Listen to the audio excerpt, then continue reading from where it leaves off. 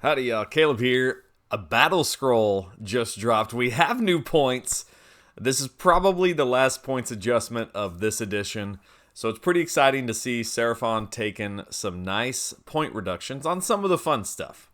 I've said before, now's the time to take that fun list to a tournament that you haven't taken yet in this edition. Maybe this will help you out because, little preview here. I can get 9 monsters in a 2,000 point list with the new points drops. So, Thunderlizard, I think is back, at least to have some fun with before the new edition. All right, so let's take a look at these points updates. Starting off, we got a 10-point reduction in the spawn of Chotek, which is our artillery piece, which is good for reducing the save of the opponent by 1 if it does any damage. I don't think a 10-point decrease is going to get me to take the spawn of Chotek. I have played quite a few games with the spawn of Chotek just because it sounds like such a good buff, and it never goes off. When it does go off, it always seems to be in the situation that I don't need it. So I don't think a 10-point decrease will fix the spawn of Chotek. What it really needs is just like 1 extra attack on its shooting, and that would smooth it out quite a bit. Source Guard went up 10 points. I think that's part of the increase here of the Croak package. So if you look down a little bit lower, Croak also goes up 10 points. So we've got, at minimum, a 20-point increase on a Fangs of Sotek list. If you take more than 1 unit of Guard, then you may have a little bit extra points. Not a huge deal, but might squeeze your list a little bit in the Starborn side of things. To make that a little bit harder to fit that in. They've been squeezing Starborn for a while, and it hasn't seemed to make much of a difference. So it'll be interesting to see if these 2 10-point increases will do much to Starborn over the next few months. No change for Warriors or Skinks or the Basildon Ark of Sotek, but here's where it gets interesting. The Basildon with Solar Engine goes down 10 points to 240. Which doesn't seem like a lot, but generally, if you're going to take 1, you might be taking 2 to benefit from the Old Blood on Carnosaur, his ability to give them both +1 to hit. So that'll save you some points there. An Engine of God going down 30 points. I think it's still kind of in the same situation of the spawn of Chotek. It's just not a great war scroll. So even at -30, the Engine of Gods isn't a great piece to take. Now, it's if it had dropped a little bit more drastically, I might be thinking about taking 1 just because it is a totem. It can issue commands, which helps with some Thunderlizard lists, but in the end, a 30-point decrease just isn't quite enough for the engine. Stegodons go down 10 points. I didn't think that would happen. They're at 230 now. I really like that. So the Stegodon at 230, the Basildon at 240, that's freeing you up some points in a Thunderlizard list. If you take a Stegodon in one of the other lists, which I think is still a great piece, that'll save you an extra 10 points there. So a lot of lists take a single Stegodon just for its utility. It's a monster. It fits in the battle regiment. It counts as 10 on objectives. It can get you the Skink battle tactic quite well. So that Stegodon going down 10 points is nice. Croak up 10, as we talked about.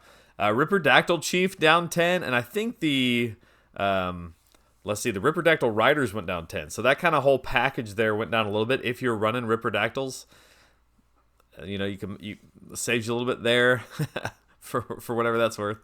Source Old Blood went down 10 points. I really want a 100-point Source hero. That's the price point I want this Old Blood at, because that just kind of fills a role. But 120 is better. Still, you're generally taking the Old Blood on foot if you just need a cheap Source hero to make maybe Agrodon's battle line, or you're looking to get a tough spellcasting savant character. I'm struggling here. I don't think you'd ever take him with Warriors just because it doesn't offer enough buff to the Warriors to make him worth it. So the Scar Veteran on Agrodon went down 20 points. That's nice. So in the Agrodon heavy list, you get a little bit of breathing room there. So 20 points is nice for that. I would have rather him stayed at the same points he was at, and they fix his ability from once per game to every combat phase. That would have been nice, but they didn't, so he's down 20 points, and that'll help out our Agrodon lists. Here's the big change. So the Source Old Blood on Carnosaur just keeps getting cheaper. Down 20 points. I really like the Old Blood. In certain lists, it is very, very useful. With 2 Bastildons giving all-out attack in the shooting phase. Just fantastic. It also allows you to do Unleash Hell twice. It allows you to do all-out defense twice. With Stegodons, you can run him along with 2 Stegodons, and it just makes a great package. Run him along with some Agrodons, fantastic. Just a great support piece. Doesn't do a ton of damage on its own. Occasionally you'll hit on one of its jaws, and that'll feel real nice when it does 5 damage. But doesn't do a ton of damage on its own, which I think justifies its low point cost. It's really there as just a support piece to enable the command point economy that the rest of the army wants. So I love the Scar Veteran at 220. That's great. The Scar Veteran, or Old Blood on Carnosaur at 220. The Scar Veteran on Carnosaur is still the same price as the Old Blood, which means I'm never going to take it. Just because it's really only good against, monster-heavy lists, and it's not going to do any damage to those things anyway. So, just a weird unit with a weird ability. I hope it gets a rewrite in the next edition. Troglodon stayed the same. Stegodon Chief stayed the same. Has anybody taken a Stegodon Chief since our new book? I mean, I haven't put the Stegodon Chief on the table since it's been changed. So I would like to see that one rewritten. Agrodon Lancer stayed the same. Hunters with Dark Pipes went down 10 points if you like those. I generally just take the ones with Starstone Bolas just because it's so much cheaper and kind of perform the same role. Croxagore of both flavors, the normal Croxagore and Warspawn, both went down 10 points. This is giving us a nice little buff for the Coalesce side of things. All the monsters are going down in price. Croxagore are going down in price.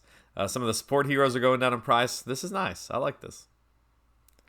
Riptodactyl Riders down 10. Nothing changed for the Raptidons or the Pterodon Riders. So overall, a pretty interesting battle scroll here. Lots of point costs. It looks like they definitely want us to try out some Thunderlizard lists. And so that's what I'm going to be doing. This weekend, I've got just a 3-game tournament, a 1-dayer. And I'm definitely taking Thunderlizard. I took it a while back, but it's time to bring it out with this new points cost. So I think there's some fun stuff to do here. We got one more change. In the designer's commentary, the Stampede of Scales was the only thing changed for Seraphon. But I had to switch back and forth between this to see even what changed. Check this out. I think the only thing that changed was this phrase here. And at the end of the movement phase, they have to be within 6 inches. I think maybe this was just so to clear up that when you make a run, you wait until you finish all these runs to see if you score this, so that you don't run out of it. Why change that on this thing? Why not just rewrite Stampede of Scales? If this could have just been taken out wholly within enemy territory, that would have been all of a sudden a decent battle tactic. Still not great because you'd be giving up all your shooting on your monsters, but still it would have been a decent one that we could actually accomplish. The only times I have ever gotten Stampede of Scales is if I'm taking a Thunderlizard list and I've completely wiped the table of the opponent and I have free reign to just run my units in turn 5 on their side of the board. Other than that, you're never going to get this because your monsters are too valuable to run 3 of them all together wholly in the enemy territory. So this update is very strange. I don't understand why they did this. What prompted... There must have been somebody who got in an argument at GW that prompted this change. Do you check it after each run, or do you check it at the end of the movement phase? So they said yes at the end of the movement phase. Gosh, what a weird change. So with that, here's a sample list. I was trying to figure out, can I get more monsters into a list, and yes, you can. With the Source Old Blood going down 20 points, I fit 3 of them in here with 5 Stegodons, all of their reduced price point, and then 1 Bastiladon with Arc of Sotek. That's 9 monsters. I don't know that... Have we been able to get 9 monsters in a list before? I don't think so. Maybe with some goofy, like a bunch of Bastiladons with Arc of Sotek and only 1 hero.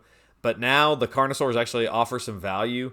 And so there's some room to play here. Especially if you drop, 1 Stegodon and go with just 4, just 4 Stegodons. You've got some real play. You can move things around and still end up with some extra points. So if you... I always like the if I'm running a Thunderlizard list, I like the snakes, but the shooting is still one of my favorite things here for all these monsters. So let's get in 2 of those. This was kind of a list that I wanted to run but couldn't, and now this is so much cheaper. Let's see, 2, 4, 5, 6, 7, 8, 9, 10, 11. That gives us 110 points. So we have to drop a Stegodon. Let's drop 1 Stegodon. So now we still got points to play with. We could still bring it in like a Antorian Locust into this list because we still have another 100 points. We'd have 160 points left over in this list. So you can bring some interesting extra pieces here to your standard like 8 monster list. Throw in an Astrolith or throw in a Old Blood and give them Arcane Tome and an Endless Spell. Or maybe you can't get 2 units of Skinks. That'd be nice to have those as screens. But it offers up some flexibility. So I'm going to be list building with Thunderlizard the rest of today. So let me know if you come up with a really good list using these reduced points. All right. Oh, let's see. Oh, I want to say there are some interesting drops for Stormcast. Nothing that I think really wants me to bring in any kind of ally from, like, I've always kind of wondered if these Dracothian Guards get cheap enough, are they any better than Agrodons? Not really. The Concussors and the Desolators, I think they math out about the same as Agrodons. But what does get interesting is the Vigilers. As they continue to drop in price, they're down to 140 now. And if you were to think, I have a lot of shooting. Let's say I have a lot of shooting in a Thunderlizard list. This is another way to get +1 to hit on all of those things. So you could even fit them into this list here. Throw in a unit of Vigilers. They work as a good screen. You can shoot them, and if you do damage, now all of your monsters shooting will be at +1 to hit, and you don't have to use your command points from the Old Blood yet. Just offers another way to get that +1 to shooting. So maybe you use all-out attack on both the Bastiladons from an Old Blood, and then use the Vigilers on the target all the Stegodons are going to be hitting. So interesting ally points there with the Vigilers at only 140. Decent little screen and have some utility that actually buff our units. That'd be nice if some of our stuff did that. All right, guys. That's it for today. Enjoy those points. Let me know your Thunderlizard list because I got a tournament coming up here in a few days. Running Thunderlizard. We'll see y'all later.